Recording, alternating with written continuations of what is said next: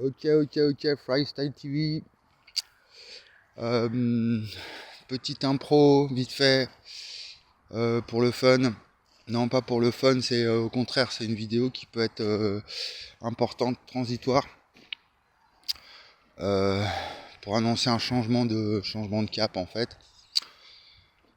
Nous sommes le 7-8 novembre 2025 sur la planète Terre. Dans les PO, là, on a un temps magnifique aujourd'hui. On est dimanche. La première neige est tombée sur le Canigou.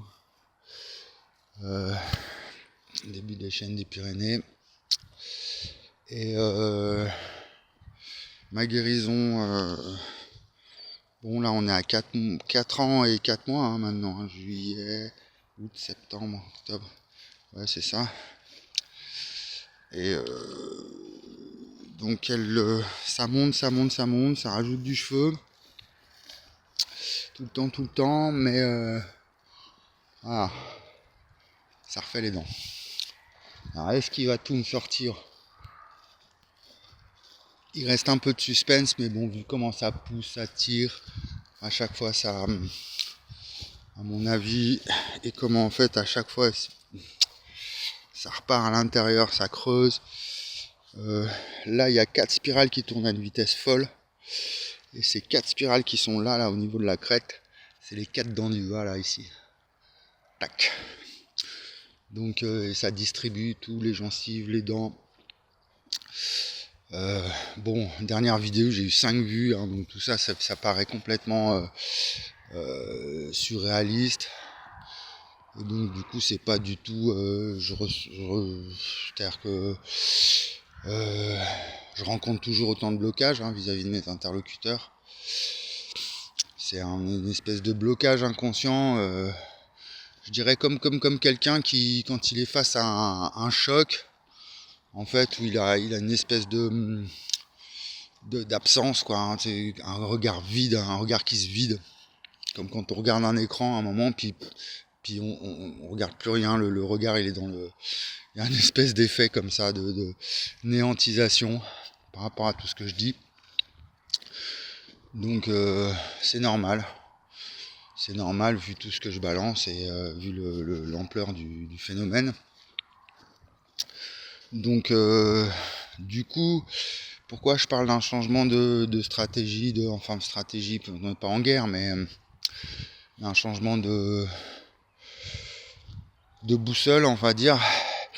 C'est parce que je me rends compte que bon, j'ai beau 2012, je fais une découverte vraiment philosophique très fondamentale, bon, et ça a été la descente aux enfers. 2019, je découvre une mathématique, bon bah là c'est carrément le diable qui a frappé. Là c'est vraiment l'enfer qui s'est abattu de façon très concrète sur moi. Bon, 2 mois avant le Covid, hein, donc tout le monde en a pris plein la gueule, plein les veines. Et puis bah là, depuis 4 ans là qu'il y a cette guérison, je me disais bon, une aussi bonne nouvelle pour la santé, quelque chose d'assez, même si c'est très très complexe. Dans le fond, à la base, c'est très simple, hein, guérir une calvitie, la fonction qui régénère le corps humain. Pourquoi on n'a jamais su guérir une calvitie? Parce que derrière, il y a le secret de la santé. Je pensais que ça allait passer, mais non, ça passe pas. Ça passe pas, on refoule, on évite. L'inconscient collectif, il est bon. Il est ainsi. Donc je parle d'inconscient collectif parce que du coup, moi, pour tenir le coup, là, je suis sur tenir la distance. Je suis sur la psychologie, la psychanalyse jungienne en ce moment. Et en fait, je me rends compte d'un truc, c'est que j'avais complètement fait l'impasse. C'est-à-dire, j'ai étudié la psycho, c'est quand même ma bon, entre guillemets spécialité, mais c'est ça que j'ai étudié à l'université en 2001, 2002. quand j'ai commencé à étudier les travaux de Morin. Donc on peut dire que bon, voilà, j'aurais continué mes études, tout ça. J'étais éducateur à l'époque, assistant d'éducation. J'aurais dû être psy, hein. Et puis bon, bah j'ai dévié, j'ai fait bon, je suis revenu sur la philo, psycho. C'est quand même tout ça, c'est mon domaine de prédilection. Et c'est vrai que du coup, je me suis perdu dans les mathématiques. C'est-à-dire, bon, j'ai appris énormément de choses, hein, je me suis éclaté. J'adore ça, la physique, les mathématiques. Mais comme c'est pas ma vocation initiale, hein, et que c'est venu sur le tard quand même tout ça, hein, j'ai vraiment commencé à mettre le nez dans les maths en 2017, hein, donc j'avais 43 ans. Hein. Donc c'est vraiment pas quelque chose qui est venu spontanément chez moi, ce qui est arrivé dans les années quand j'avais 20 ans, c'était plus la philo, psycho, socio. Hein. Donc c'est peut-être pour ça aussi que ça bloque aussi, c'est que j'ai pas su convaincre vraiment les scientifiques de la validité de mes découvertes, parce que je manque de professionnalisme et de compétences dans le domaine, même si bon, j'ai le mérite de m'y intéresser de très près. On voit bien que je maîtrise pas les calculs, les formules, les formulations, surtout au niveau pratique.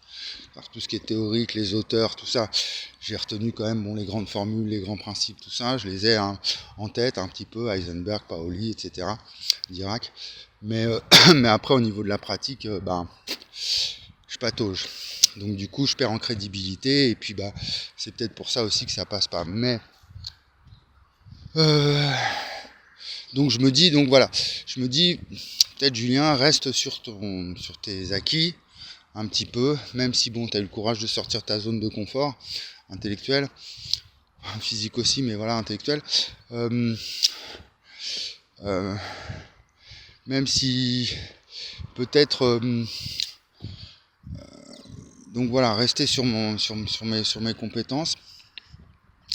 Et en fait, en mettant dans la psychanalyse de Jung, c'est-à-dire qu'il y a plein, mais quand je dis plein, il y en a un sacré paquet de vidéos sur YouTube avec de l'intelligence artificielle qui parle, qui ressort, qui rabâche tout le temps les mêmes concepts et tout ça, tous les concepts de Jung. Ça fait plusieurs semaines que je suis dessus là maintenant, et je me rends compte que j'avais fait l'impasse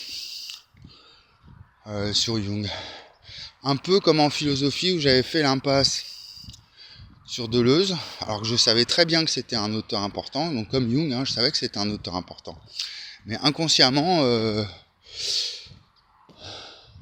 c'est comme si en fait je faisais... je savais que ce qui était vraiment important, je le gardais pour la fin.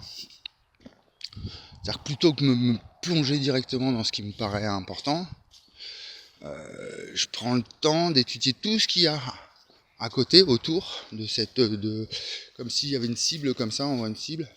Je vois le point central de la cible, mais je vais étudier toute la cible avant de taper au milieu.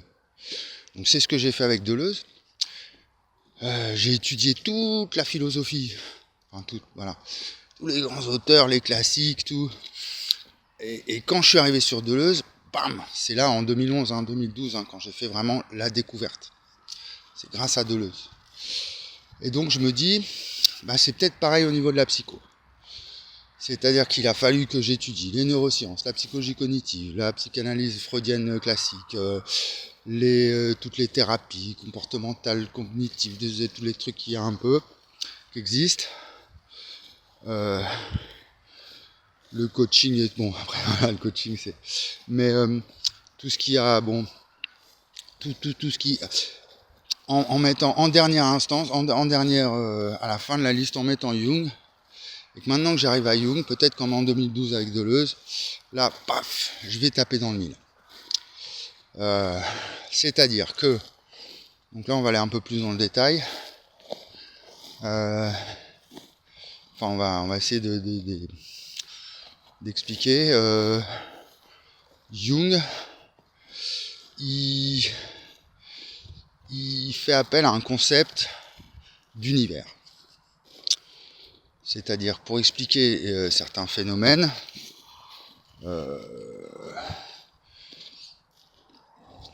plutôt que parler de Dieu, c'est-à-dire qu'il en parle mais de manière très épurée, c'est-à-dire qu'il enlève un peu tout l'aspect religieux, de la religiosité, et il garde Dieu comme un concept très abstrait, la divinité, quoi, on va dire. L'aspect divin, la justice divine, quelque chose qu'on utilise dans le langage courant un peu. Et puis surtout, il utilise donc ce concept d'univers.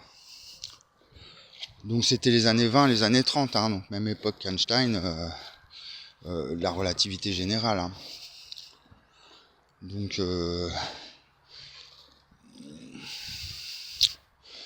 du coup, je me suis dit, peut-être que si elle me parle autant, sa psychanalyse, peut-être que voilà, mes recherches, elles vont peut-être pouvoir performer, c'est-à-dire dépasser, ou plutôt éclaircir, remettre à jour, remettre au goût du jour la psychanalyse jungienne. Parce que finalement, elle est très peu diffusée. Bon, on voit bien les psychiatres, les psychologues, bon, ils sont pas trop. Enfin, c'est pas. Même s'il y a des écoles, voilà, jungiennes, ça reste quand même des microcosmes. Des gens qui sont quand même assez, c'est même un peu sectaire, hein, on va dire. je pense que le monde de Jung, des adeptes de Jung, ça ressemble un peu à, c'est un peu sectaire parce qu'il y a tout un vocabulaire, toute une manière d'interpréter la psyché. Donc voilà. Donc mon idée, ça serait de parce que j'ai trouvé qu'un seul groupe sur Facebook qui parle. Alors autant il y a plein de vidéos sur YouTube avec l'IA, qui parle comme ça, une IA qui reprend tout le temps un peu les. Mais autant il n'y a qu'un seul groupe sur la psychanalyse jungienne. Et puis point barre sur Facebook. Donc mon idée, ça serait de reprendre ce concept d'univers chez Jung. Où il va dire par exemple c'est l'univers qui décide, qui choisit pour l'âme, par exemple le rapport à l'inconscient qui se réalise, le rapport à la durée. Donc le concept d'espace et de temps, il est présent dans les analyses jungiennes.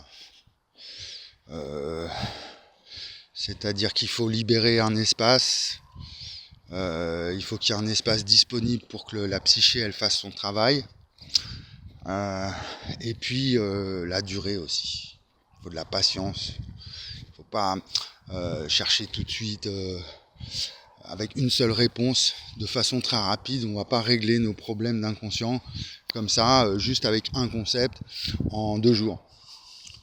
Donc il faut de l'espace, de réflexion, d'autoréflexivité et puis du temps, la durée. Mais bien sûr, comme toutes les autres disciplines où on mentionne le concept d'espace et de temps, à mes yeux, c'est toujours trop restreint.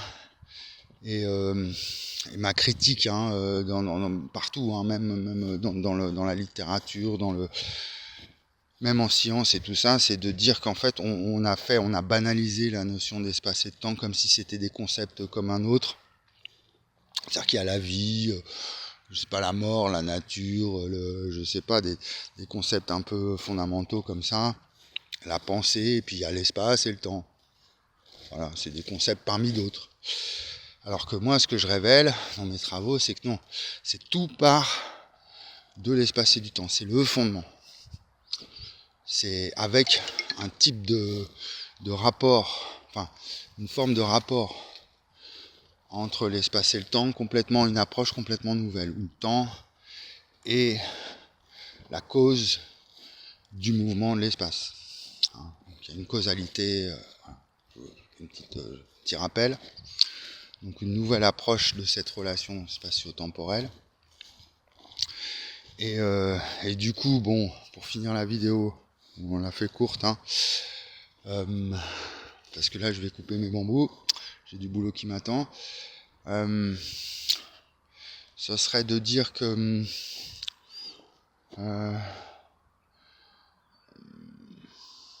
tous ces concepts qui sont mis sur la table chez Jung, en fait, pourquoi finalement il a échoué dans sa tâche, quoi. C'est-à-dire que le monde va mal au niveau psychologique.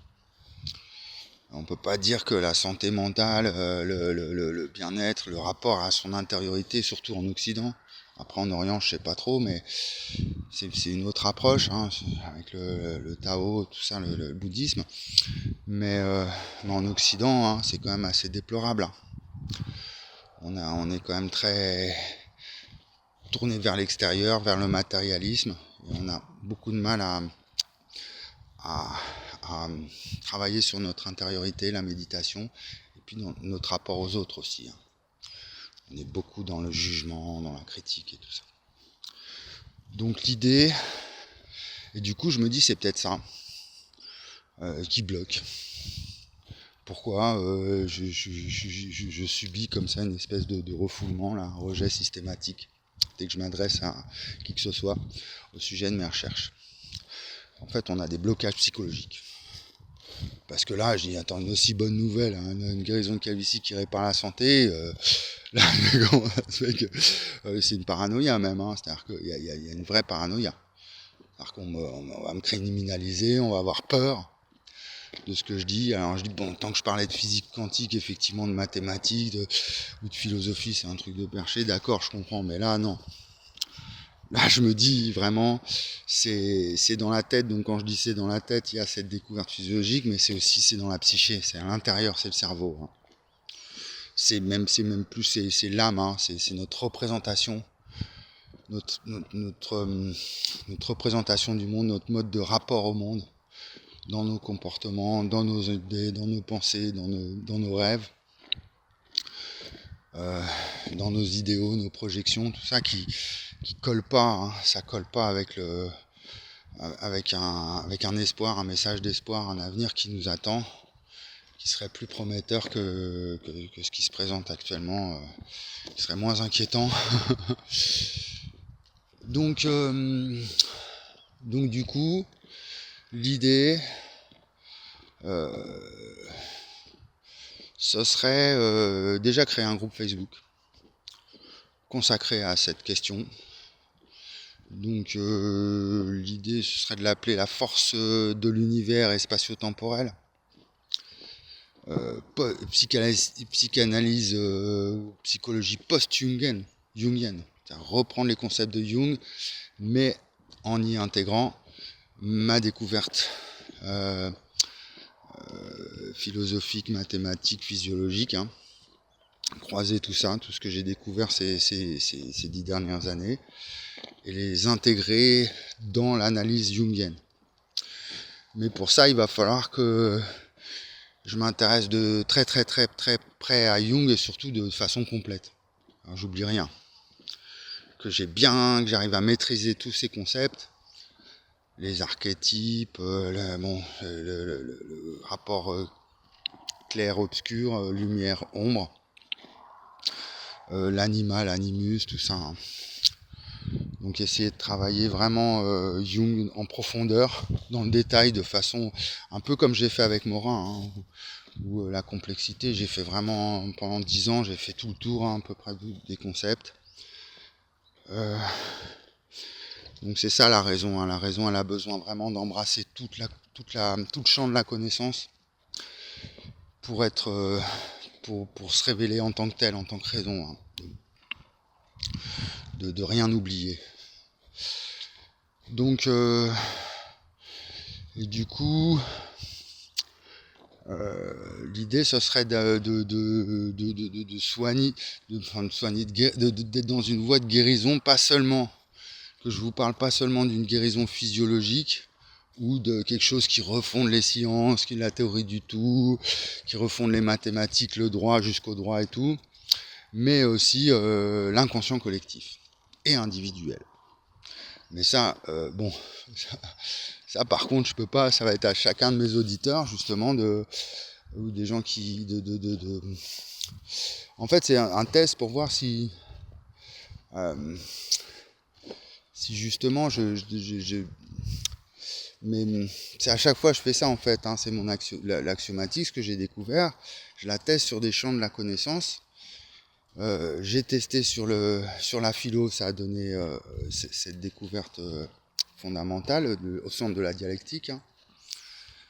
Je rappelle, hein, l'esprit est autant ce que l'espace c'est à la matière. Première hypothèse, c'était 2012. Donc là, on est vraiment dans le rapport matière-esprit. Et ça concerne directement la psychologie humaine, hein, l'esprit. La nature est autant ce que l'espace est à la culture. Et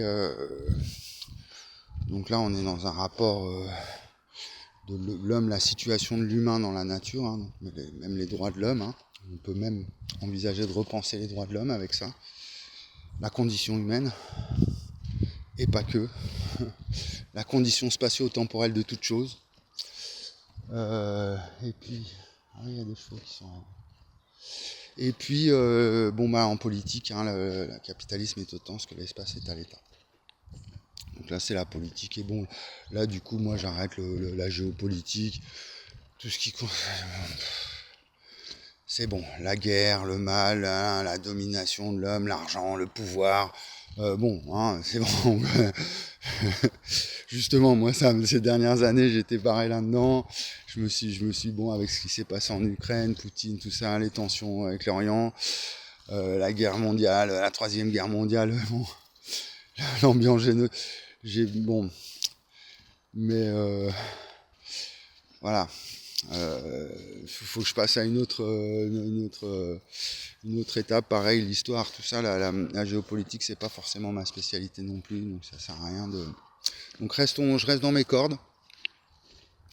Je reste dans mes cordes, comme ça je serai plus efficace, je me sentirai plus à l'aise. Et puis peut-être que voilà, je vais arriver à quelque chose comme en philo, hein, je suis arrivé à quelque chose de très performant avec la philo, c'était vraiment mon domaine initial. Ensuite c'est la psycho qui est arrivée dans ma vie, donc là on peut, psychologie sociale, tout ça, on peut arriver à quelque chose de concret. Puis parce que je suis inquiet aussi, je vois autour de moi hein, beaucoup de souffrances, des gens qui meurent même. Hein. Qui meurent, il y a des gens qui meurent autour de moi du fait de psychologie défaillante, hein, autant au niveau du groupe, hein, du social, qui gère très mal des structures, des institutions, comment on va gérer la souffrance psychologique hein, aujourd'hui en 2025. C'est assez effroyable, c'est inquiétant. Bon, tout comme le cancer, hein, voilà, il y a beaucoup de gens qui meurent du cancer, mais il y a beaucoup de gens qui meurent du fait de mal, de pas arriver à éveiller leur être, de se perdre, de perdre leur âme, hein, complètement. Hein. Alors qu'est-ce que l'âme, qu'est-ce que le soi, qu'est-ce que l'ego? Qu'est-ce que cette part d'ombre? Qu'est-ce que ce rapport animus, anima, animus? Qu'est-ce que sont les archétypes? Tout ça, essayer de revenir dessus, sur tous ces concepts jungiens, mais avec une nouvelle grille, du coup. C.F. Laborie, hein, qui a écrit un livre, hein, je vous renvoie dans les années 70, hein, qui portait ce titre-là, La Nouvelle Grille. Donc avec une nouvelle grille d'interprétation, plus précise, plus performante, en sachant que, elle refonde les mathématiques, cette nouvelle grille, elle découvre la guérison de calvitie. Donc j'ai plus de batterie, donc on arrête. 24 minutes 36, c'est pas mal. Et puis on va essayer d'orienter peut-être un peu les vidéos dans ce sens-là. Peut-être en faire un peu moins, mais de meilleure qualité. Le top, ce serait que je prépare, que je sois moins en mode freestyle, hein, que je prépare un peu mon travail avant. mon discours, que j'ai déjà un prompt, quelque chose comme ça.